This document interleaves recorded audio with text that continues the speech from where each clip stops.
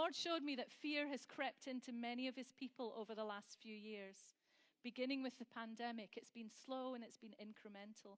You used to feel light and optimistic about the future.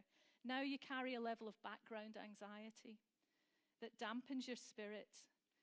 Well, I want to tell you, I believe this is the year of your freedom.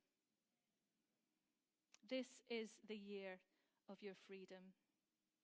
When we come up here and shift our focus onto him, one of the effects is that we are filled with peace. We are filled with hope. One of his names is Prince of Peace. And it's not a metaphor. He is the actual embodiment of peace, supernatural peace.